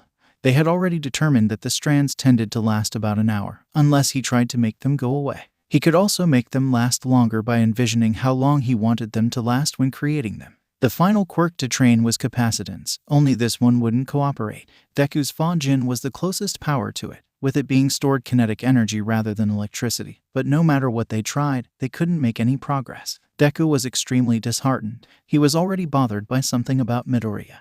and not getting Izuku to produce even a spark in 2 hours really hit him hard. He still produced lightning when using One for All, but it only behaved the same as everyone else's. He was unable to produce a single volt throughout the entire afternoon. He was panting and drenched in sweat at sunset, and Bakugo had to gently, then more forcefully suggest that they stop for the day and eat dinner. Deku frowned and left, stating that he'd eat dinner somewhere else. Dinner was calm, but fun. The other users shared things about themselves and their worlds. Midoriya even ate with them. 𝗍𝗫 stories of villains he'd fought were so outlandish that no one was sure if he was telling the truth or not. Eraserhead had been checking in periodically throughout the day, and once he left to go supervise Wana for the night, the others all huddled together and explained their latest scheme. They were going to take Izuku out on a short patrol. Surprisingly, it had been Midoriya that suggested to get him field experience. Deku found out what they were planning, and agreed not to rat them out if he could be allowed along to chaperone them. As everyone scampered off to grab gear from their rooms, Izuku could see him talking to Midoriya. Both of them had tears in their eyes, and after a minute of hushed discussion, Midoriya flung himself forward without warning and wrapped Deku in a tight hug. Izuku let them be. Moving quickly and quietly was familiar to Izuku, though he had never done it hopping between rooftops. He'd certainly hit on some before to avoid bullies in middle school, but the wind rushing by as he swung himself around the quieter parts of downtown was just downright intoxicating. The wind rushing past, the floating feeling in his stomach as he reached the top of an arc. He never wanted to touch the ground again. A shrill scream cut through the cold night air, and all 6 users' heads snapped towards the sound. Bakugo landed on a rooftop and used a couple of explosions to change his trajectory and give him some extra momentum. 𝗍𝗫 executed a fancy maneuver midair and slingshotted himself after the blonde. Akatani and Midoriya stopped themselves with float and used air pressure to propel themselves towards the sound. "Come on, kid. You're about to earn your stripes," Deku shouted as he planted his feet on the side of a building and kicked off using Fajin, leaving large cracks in the brick. Izuku shot out a line to his left and turned the next corner at breakneck speed, using the centrifugal force to accelerate his body towards the sounds of danger. The scene was far worse than Izuku could have imagined. Fires raged all along the street for an entire city block. Civilians were screaming and running in every direction.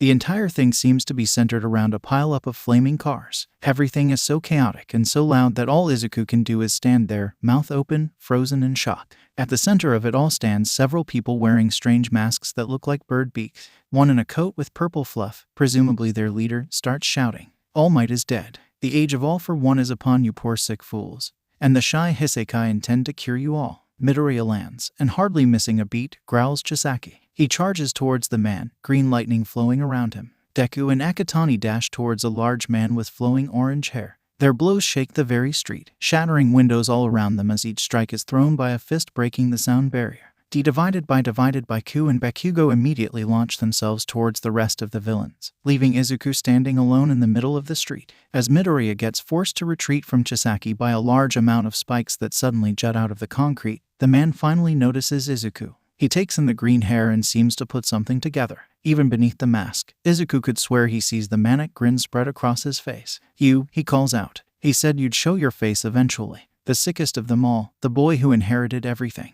I'm going to take such pleasure in remaking you." Chisaki slams his hand into the pavement, sending a wave of spikes barreling in his direction.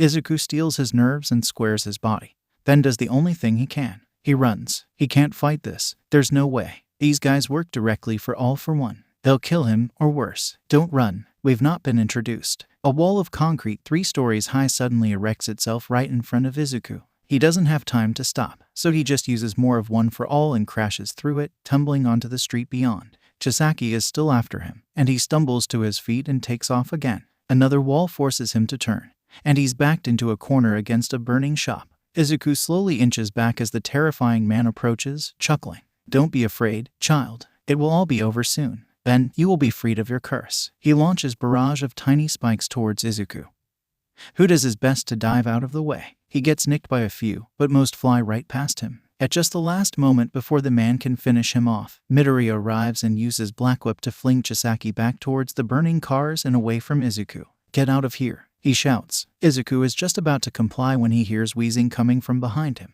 There's a woman, probably about the same age as his mom, coughing as she tries to drag herself out of the blazing storefront. Izuku rushes over to help her, and notices she has 3 concrete spikes sticking out of her, spikes meant for him. One of them is dangerously close to her heart. "Hold on, I'm coming. I'll get you some help," Izuku cries out. He scrambles to her side and picks her up with ease. She moans in pain as he does so. Sorry, he whispers. He ducks out of the door just before a large portion of the roof caves in, which would have surely killed them both. Izuku gently sets the woman down and begins to look over her wounds. The only problem is, he has no idea how to treat any of them. How does he keep her alive? Should he remove the spikes or leave them lodged in her chest? Young man, her voice is barely a whisper. Izuku leans over to hear her better, tears already welling up in his eyes. Are you a hero? What? No, I couldn't save you. I wasn't strong enough. I can't be. I'm not. She smiles up at him sadly. You did your best. I coughed out. There's anything more you could have done for me. I don't care how strong you are as long as you did all you could. You're on your way. You just have to keep going. The woman's eyes closed and her hand, which Izuku hadn't realized had come up to touch his cheek, fell to the ground. Izuku sat there and sobbed over her body. Izuku wasn't sure how he made it back to his apartment, but he saw the building and ran up to his room and shut the door. His mom wasn't even home, but he just wanted to be alone. It took a second, but every emotion, every piece of stress came crashing down on him in that instant. The desk lamp hit the wall first, then a shelf of comic books, and finally, a shelf full of his old notebooks hit the floor. Notebook number 13 fell open. A large and very familiar signature scrawled across the pages. Izuku took one look at it and flung it out the window as hard as he could, listening as it whirled off into the distance. Good. He didn't ever want to see it again. He didn't deserve to. As quickly as it faded, the sound of the notebook flying back in caught him by surprise, and he just barely turned around in time to catch it as it flew back through the open window. Deku climbed through after it, and Izuku looked away, wiping at his eyes with his arm. Hey, bud, you okay? Izuku just kind of shook his head. Deku put his hand on his shoulder. I mean, we've all been there. For me, it was my mentor. For me, it was my father. For me, it was my best friend. Midoriya spoke up next. The hardest part about this job is, you can't always save everybody. Look, it was my fault. You wouldn't understand. Bakugo gave him a sympathetic look. Izuku, we're probably the only people who do understand. He pulled Izuku in for a hug, and he just broke down into Bakugo's shoulder for a while. After a minute or two, he went to grab some tissues from the bathroom and came back to see only Deku in the room, with Bakugo crouched on the window frame. What's going on? Bakugo gave him that look. Bye, Izuku. He jumped away. We came to say goodbye, Deku said, matter-of-factly. We can say goodbye at the Collider. You're not getting it. You're staying here. I need to be there, so you can all go home. They are going home, kid. I'm the only one staying. You're taking my place. Izuku looks at him puzzled, then puts it together. If you stay here, you'll die. You heard what that doctor said. I'm doing what needs to be done. I just wanted you to hear it from me. Well, what about your wife? Deku's face falls. Not everything works out, kid. Just stay here. That's not fair. You've got to tell them I can do this. It wasn't their decision. And damn, that stings. He figured out of everyone, Deku would be willing to give him a shot. I gotta make all for one pay. You have to let me make him pay. Izuku, you're gonna get yourself killed. But I'm ready. I promise. No sooner than he gets the words out are his feet swept out from under him, and Deku is holding him up by only his shirt. Then electrocute me right now, or turn invisible on command so you can get past me. Izuku tries. Damn it, he tries. He basically screams with effort, but nothing happens. For a moment, he just hangs there, breathing heavily as Deku looks at him with sad eyes. Look, I know how much you want this, kid. He sets him down and walks over to the window. But you don't have it yet. I'm sorry. When will I know I'm ready? You won't. It's a leap of faith. That's all it is, Izuku, a leap of faith. Deku turns and climbs out the window. Izuku doesn't stop him. Instead, he just stands there, watching as the other five swing off into the distance as the sun sets and darkness envelops the city. The sound of keys jingling in the front door knocks him out of his trance, and he can hear his mother walk in. Izuku. She sees that his door is closed and walks up to it. I am not sure where you've been, baby, but I've been worried. She pauses and sighs. I know that your hero dying has been hard, Izuku, but there's something I wanted to talk to you about. Something I wanted to say to you that I just never knew how to. Ever since you were born, you've been the light of my life. You were always so adamant that you'd be a hero, even though you were quirkless, and now it just hurts to see you so hurt, because you were always the one who comforted me when I wasn't doing well. There was something I said, something I told you all those years ago right after you were diagnosed. I think it's long past time I apologized for it. You saved me, Izuku. You're my hero. You've always been my hero. And I think that if you want it badly enough, if you are so determined to be, then I think you can be. I think you will be everyone else's too. You can be a hero, Izuku. Izuku tears open the door and embraces his mother, and the two sit weeping for quite some time. Eventually, Izuku gets up and puts on a hoodie. Where are you going, baby? Emerald sparks dance in Izuku's eyes as an invisible hand grips the door handle. Taking a leap of faith. 𝗂𝐻 heavy rain expected in Musutafu over the next few hours as an unexpected thunderstorm rolls in from the east. The National Weather Service says this could shape up to be the biggest storm to hit Japan in decades, and it manifested only an hour ago. Stay tuned for updates on estimated rainfall and details on the high wind advisory right after this break. The wind whips and whistles between tips of the surrounding skyscrapers, drowning out the noise of the streets below with an eerie groan. Every gust threatens to hurl him down to the pavement below, and they only seem to be getting stronger. Even up this high, the pressure in the air felt like it was just building and building, ready to burst at any moment. The door lit up that neon UA and slid open before Izuku could even touch it. The elevator was ready and waiting. Deep breath in, deep breath out. Nezu and Eraserhead were standing at the monitor, already facing him as if his arrival was expected. The former grinned and took a sip out of his teacup. "Took you long enough." The sound of fabric rippling dominates his ears, and he pulls his hood tighter around his head. It's time to see if he's really ready for this. A new addition to the display sat in the center of the room. The suit is all brilliant reds and blues, and the mask is reminiscent of the one Bakugo had been wearing, form-fitting with large, oblong eyes that came to a point near the nose and forehead. White lines run along the torso, splitting up the red and blue sections and converging at larger white circles on the shoulders and hips. It isn't even a question about whose it looks like it should be. Izuku gazes into the large, white eyes, and his own reflection stares right back at him, the suit behind it outlining his silhouette exactly. Izuku slides the mask over his face. It feels like he was always meant to wear it. He scoots closer to the edge of the building he's sitting on, and digs his fingers into the concrete to anchor himself. When do I know I'm a hero? You won't. He's completely hanging onto the side of the skyscraper now by just his fingers. The soles of his shoes squeak on the glass window right below him as he gets into a crouch. That's all it is, Izuku. A leap of faith. Crash. Little chunks of concrete and shards of glass explode into the sky.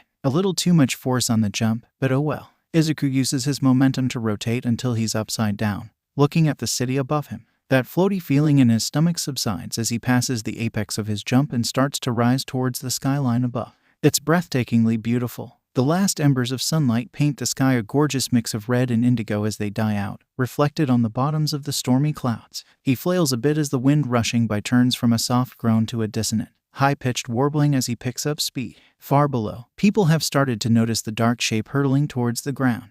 They stop and stare up in wonder, trying to catch a clear glimpse at the outlined figure in the flash of a lightning strike. His body straightens out, and Izuku narrows his eyes as he goes into a diving position, accelerating towards the ground even faster. "I had it made just for you. It fits perfectly," Eraserhead says with a hint of a smile. Izuku just looks around the lab for a moment, before his eyes land on exactly what he was looking for. A webline thwips out and pulls 2 cans of spray paint into Izuku's hand. He looks at Eraserhead and smiles, then opens the case. At the last possible moment, 2 dark strands of web shoot up into the sky, whipping around in the wind for a harrowing second before attaching themselves to the top of the building.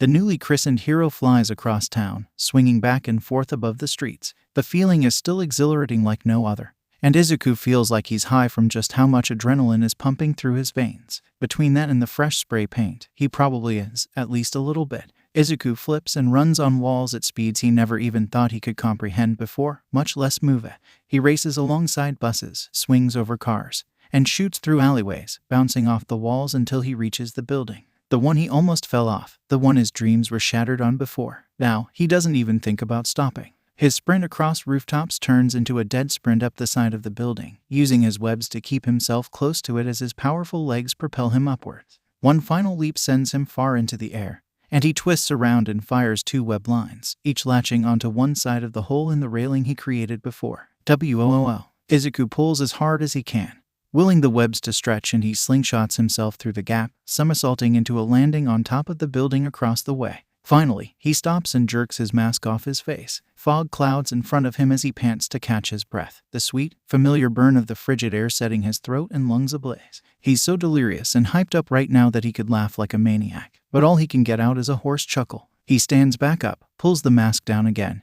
and leaps off towards the old subway entrance.